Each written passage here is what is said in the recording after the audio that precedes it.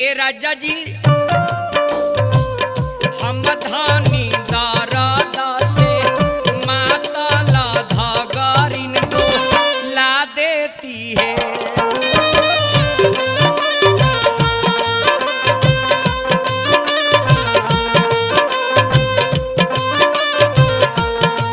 इतना दर्द हमनियों के महतारी के भइल हुई।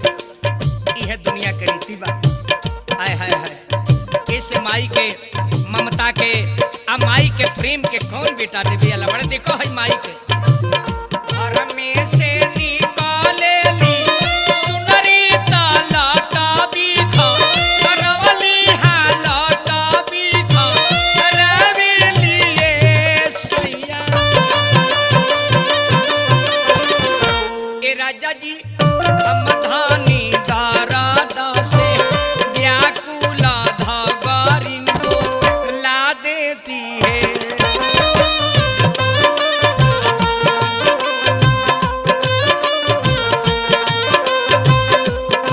ए सैया जी हम धानी दारादा से व्याकुला धागारिन को ला देती है।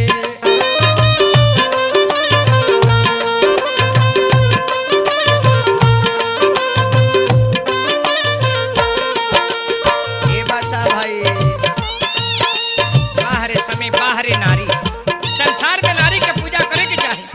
हाय हाय हाय माई बहन बेटी के कितना क्षमता होला ये बाबू। एही रे समैया सैया के ओहरा यदि पति सामने चल जा ओहरा नारी नारी बिया आज शक्ति के समान हो जाए। एही रे समैया सैया के पैती झूलफिया धइऊ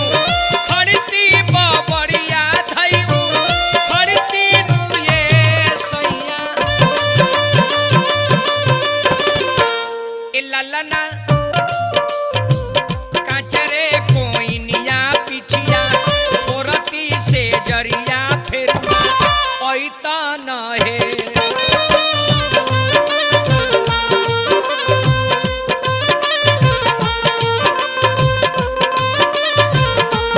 ललना काचरे कोइनिया पिठिया औरती से जरिया फिर पैता न है।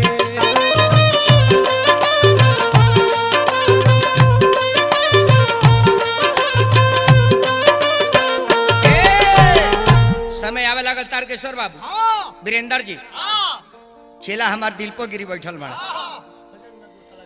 अरे मानव सरोवर है बाबू डुबकी लगाओ सभे लगाई बसा भाई आबो दिन वो बैठल बा साइड में। तस्लीम बाबू स्नान करो हरि के चरण से प्रेम करो गुरु के कृपा से देखो है राम चारों भाई के अवतार होके जाती है। ये बात के फिर तुलसी बाबा लिखत है कि नौमी तिथि मधुमास पुनीता शुक्ल पक्ष अभिजित हरिप्रीता। नौमी तिथि चैत के महीना रहे राम चारों भाई के अवतार होके जाता। लोग कहला जन्म भइल जन्मो भइल अवतारो भइल प्रगटो भइनी। अब वहाँ के अपार कृपा बा हमनी मूर्ख आदमी का जानतनी कि हरि के कैसे आगमन हो।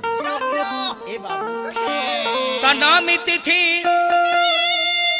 मधुमास पुनीता शुक्ल पक्ष अभिजित हरिप्रीता।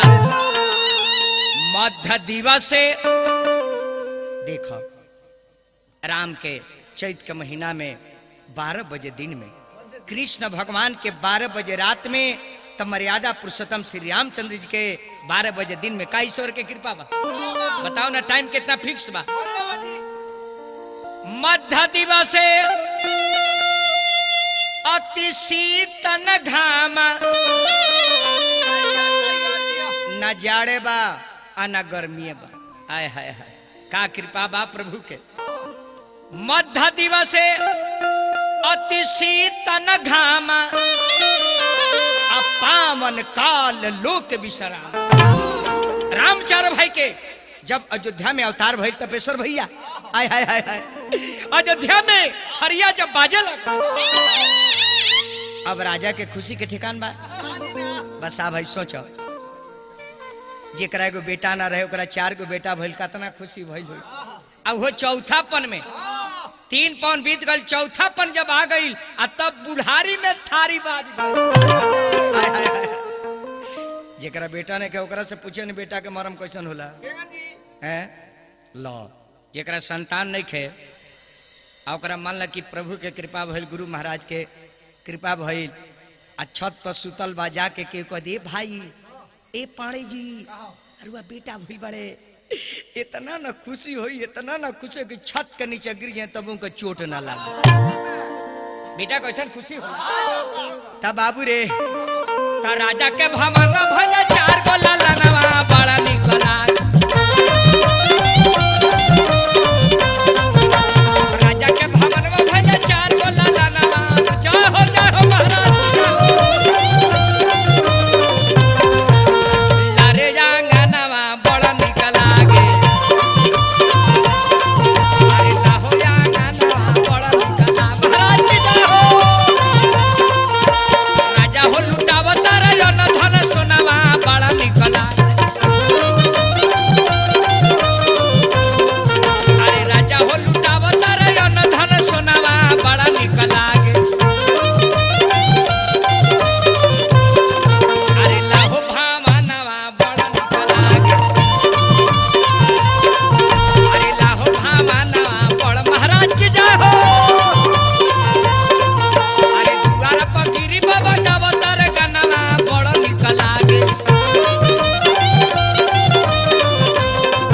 अरे दुआर पर गिरी बाबा गावता रे गानवा बड़ा निक लाग। महाराज की जय हो। तो संगे बाड़े चौहानवा बड़ा निक लागे, अरे लारे भावनवा बड़ा निक लागे। राम 4 भाई के अयोध्या में अवतार भइल, सारा लोग द्वार पर पहुंचल बा, भाट पवरिया नचनिया जेकरा जेंगा भाव बा ओहिंगा अपना भाव में आके महाराज के दरबार में जी जो है बा तोहे नाचते। अरे हमार बाबू कैसे खुशी के ठिकान रही, बुढ़ारी में थारी बाज गई, वो बेरा नाग रही तो कहिया अग रही है। एगो बेटा का 3000 होता रहा, 4 गो बेटा मिल तो अब कहिया अग रही है। हाय हाय हाय हाय देखो तब तक ले राजा कितना ना खुशी भइल कि राजा दौड़ल अपना से गईले धगरीन की हा। आ जाके देखी सम्राट अयोध्यापति नरेश कितना बेटा के आनंद आई रहे कि महाराज स्वयं के आ गईले धगरीन के दरवाजा पर, कहले कि धगरीन धगरीन धगरीन आय बा।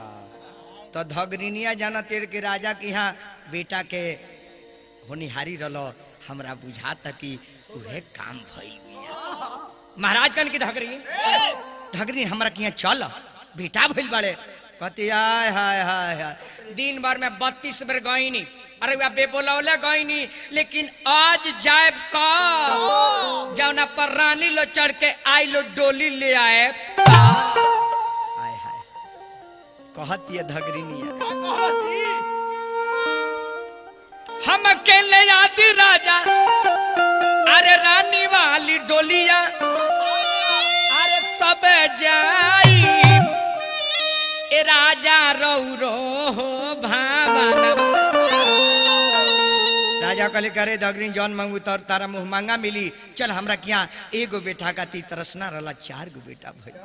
कहले बाप रे बाप, राजा के द्वार पर बुझाता के मेला लागल। बबुआ रे हाय हाय हाय केले में बचिया गाओ तारी शंका कि हमार बबुआ, अरे हमार बबुआ भइल जस चान खेलब हरी।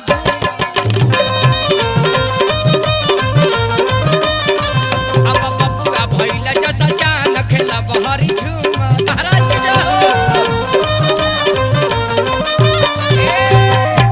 एही में कुछ लोग सोहर गावेला, बुढ़िया गावली सतार के सर जी गाव तारी से सुनो,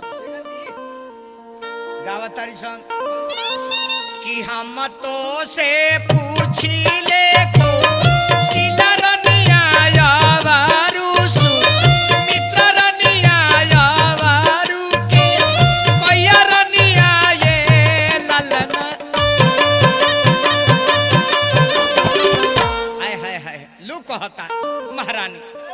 ए रनिया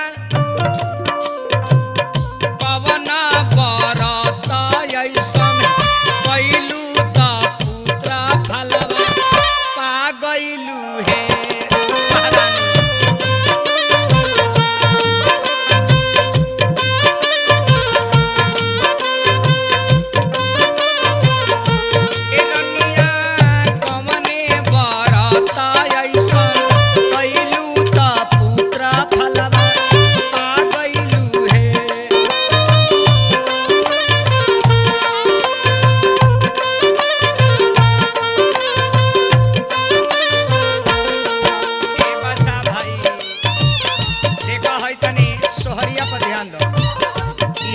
गीत बा भोजपुरी समाज के सब भाई बंधु माता बहन बेटी इहे गैसन गीत बा जान के खरवास दोमास मलमास पितर पच पूछो एकरा लगन आवेला साल भर होला एकर कोनो लगन नहीं खे रोज लगने बा खाली गुरु के कृपा चाहिए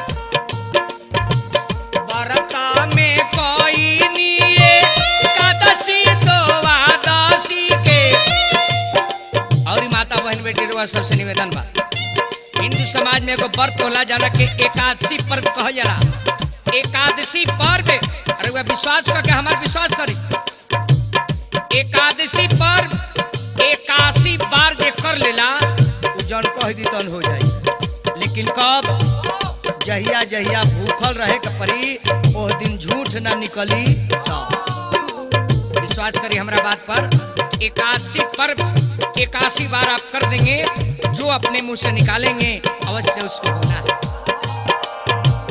बरता में कोई निये कादसी द्वादशी के पारन द्वादशी के पारन ये ललन ए ललन भूखल ब्राह्मण के वनिता पुत्र फलवा पा गइनी हे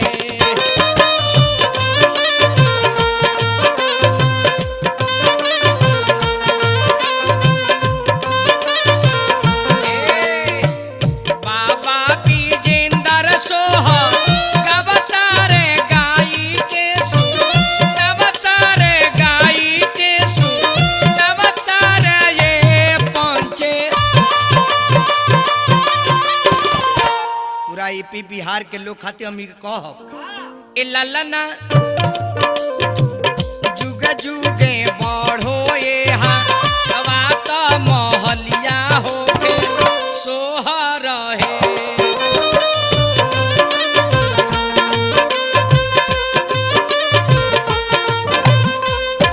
ए ललना जुग जुगे बढ़ो ये बात महलिया हो के सकरा घर हो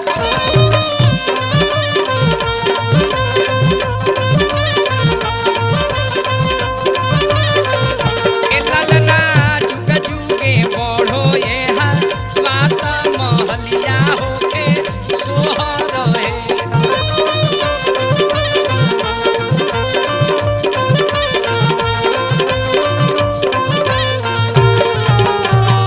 अब आई राम चारो भाई के जन्म भइल बा श्रोता समाज को भूल चुक भाई लोग के कृपया क्षमा करब अब चौहान भाई से देखी जन्म के बाद आगे का लीला मर्यादा पुरुषोत्तम राम करतानी धन्यवाद सबको के नमस्कार।